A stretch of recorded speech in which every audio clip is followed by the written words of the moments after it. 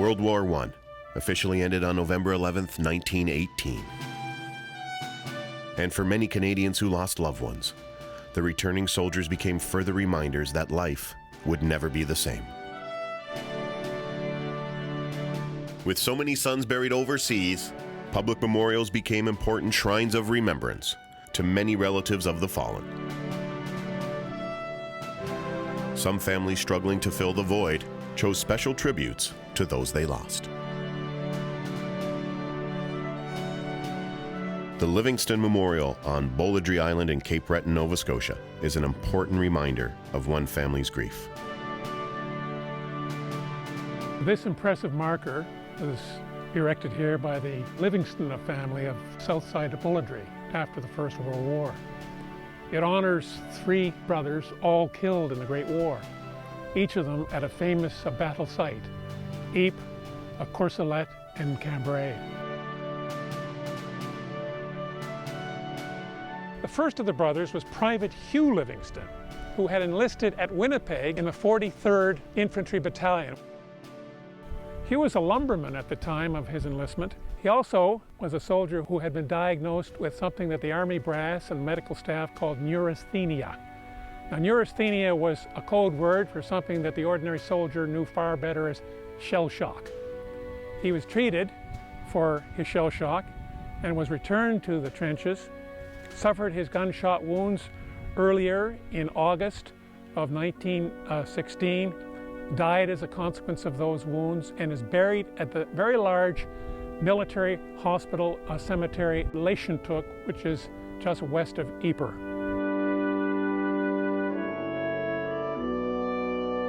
Just 2 months afterwards, his brother Charles died fighting in the Battle of Courcelette. Charles Livingston was a 1906 graduate of the Dalhousie Law School. Around about 1908 to 1910, he moved west. He lived and practiced in Yorkton, Saskatchewan, and in fact, shortly before the war, he also ran for Parliament in the general election of 1911 as a Conservative, and he was trounced by the Laurier Liberals. Major Charles Livingston is buried with 150 fellow Canadians within the impressive Pozières British Cemetery, located in the Somme region of France.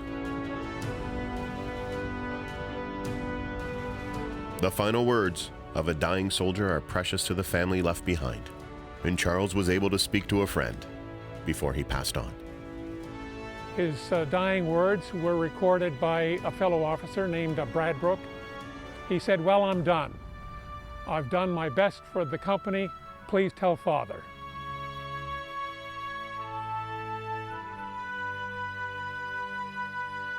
Two years later, the family would lose yet another son. David Livingston, like Charles, was studying law at Dalhousie University when he joined the Canadian Expeditionary Force.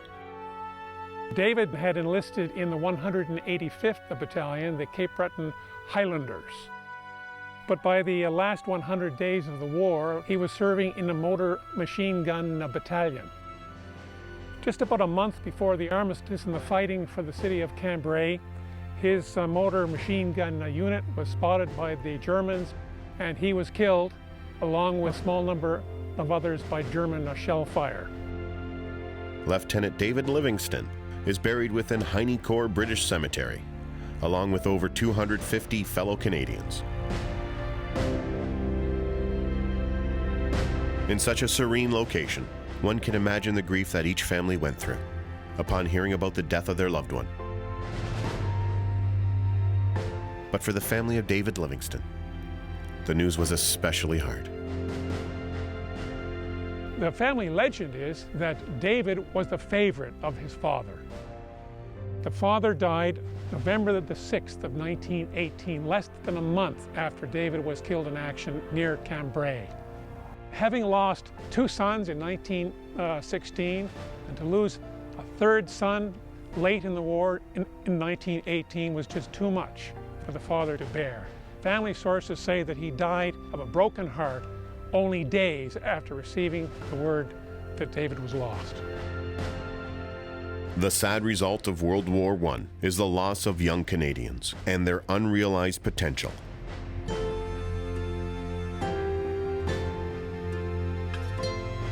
Their sacrifice, memorialized on plaques located in small towns, remind us that families and communities across our nation gave their best.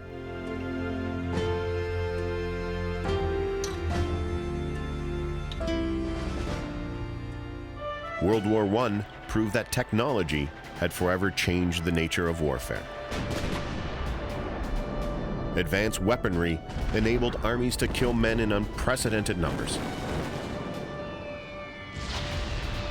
It was believed that this bloodshed would never be repeated. Some proclaimed that this was the war to end all wars. Sadly, only 21 years later, the Second World War would begin, compelling a new generation of soldiers to confront a familiar adversary, the mighty German military.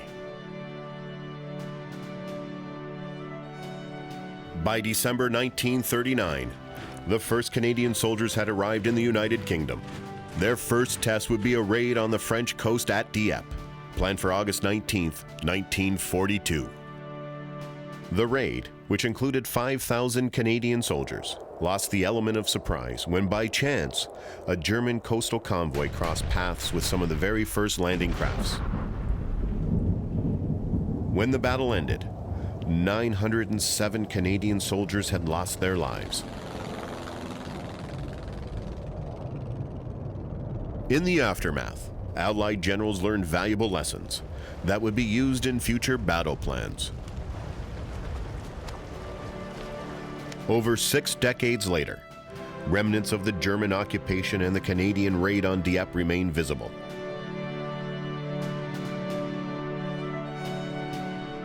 These artifacts remain as silent witnesses to the horror once experienced at this beautiful coastal town.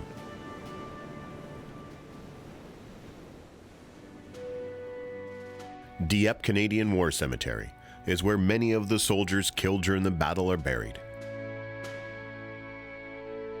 The quiet cemetery located on the edge of town is situated not far from where many lost their lives. Dieppe Canadian War Cemetery is unique among the many Commonwealth cemeteries in France, as its creation was overseen by the occupying German forces. Canadian soldiers are buried here in long rows in the unique back-to-back headstone configuration, typical of German military burials. When forces liberated the town in 1944, the Allies decided that the cemetery would be left undisturbed. And today, visitors will see the cemetery in the way it was created. The sad reality of the raid on Dieppe is illustrated by the frequent appearance of August 19, 1942, the date which is inscribed on almost every gravestone in the cemetery.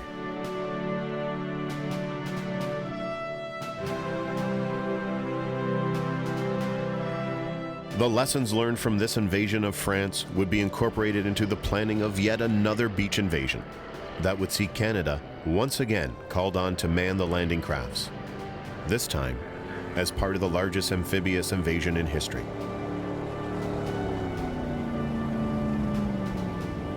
By June 1944, 30,000 Canadians were trained and ready to participate in Operation Overlord, the long-awaited invasion of the French coast. On D-Day, the 3rd Canadian Infantry Division landed at Juno Beach.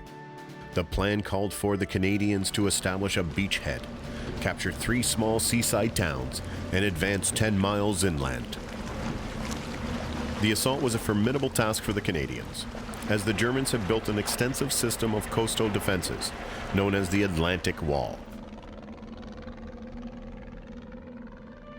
Located 4 kilometers south of Juno Beach is Benny-sur-Mer Canadian War Cemetery, the final resting place for Canadian servicemen killed in action on D-Day and in the subsequent days of the invasion.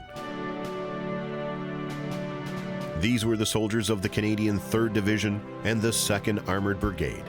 They represent the pride of an entire nation. This is predominantly a Canadian cemetery.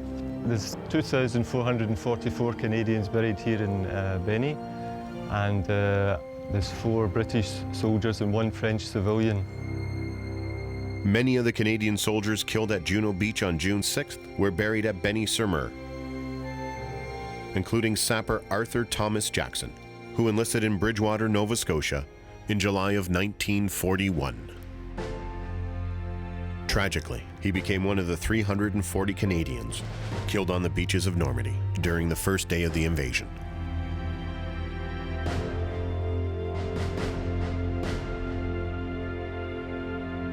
Also buried within Benny-sur-Mer are the remains of 9 sets of brothers. The graves of the 3 Westlake brothers, George, Tommy, and Albert of Toronto, Ontario, are poignant reminders of the tragic loss suffered by many Canadians who lost more than one family member. Among the graves of Benny-sur-Mer are the unfortunate victims of Kurt Meyer's 12th SS Panzer Division.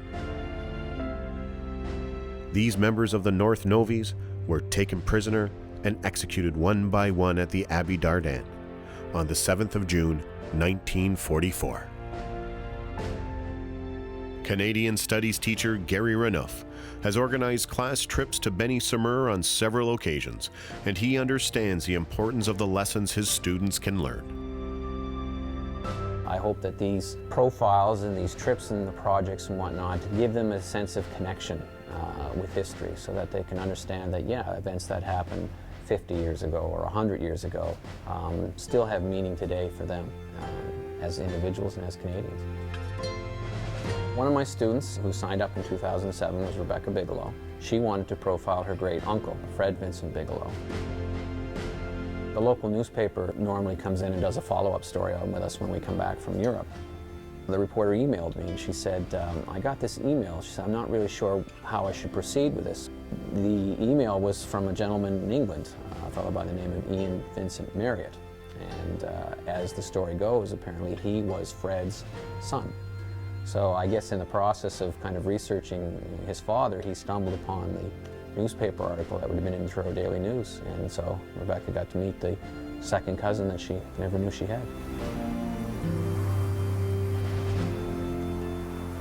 In the early summer of 1944, the 1st Canadian Army moved steadily inland from Juno Beach. Near the town of Falaise, Canadian forces found themselves involved in an operation designed to entrap nearly 50,000 German troops. The resulting attack, now known as the Battle of the Falaise Pocket, destroyed the bulk of German forces in the area, which eventually led to the liberation of Paris. Bretteville-sur-Laize Canadian Cemetery lies between the towns of Caen and Falaise.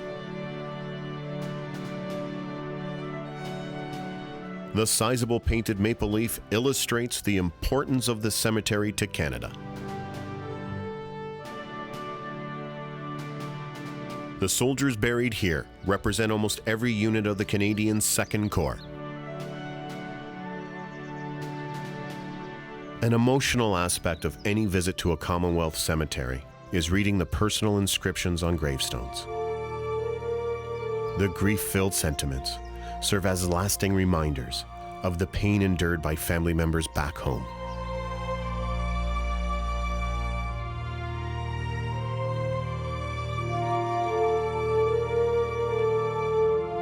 I always take the time to read the personal inscriptions because some of them are coming straight from the heart of the person, and I find those, they sort of grasp you and you're there rereading it over and over again. And so that's why I sometimes there are tear jerkers when you do read some of the personal inscriptions.